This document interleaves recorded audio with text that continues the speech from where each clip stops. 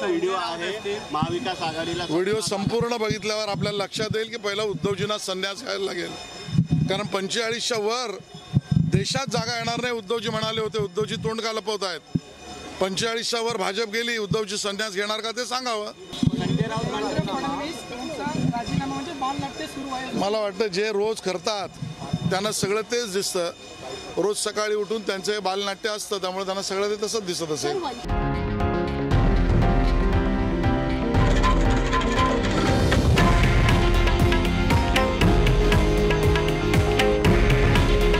हे आहे देशातील नंबर 1 न्यूज नेटवर्क आणि आपण पाहत आहात TV9 मराठी.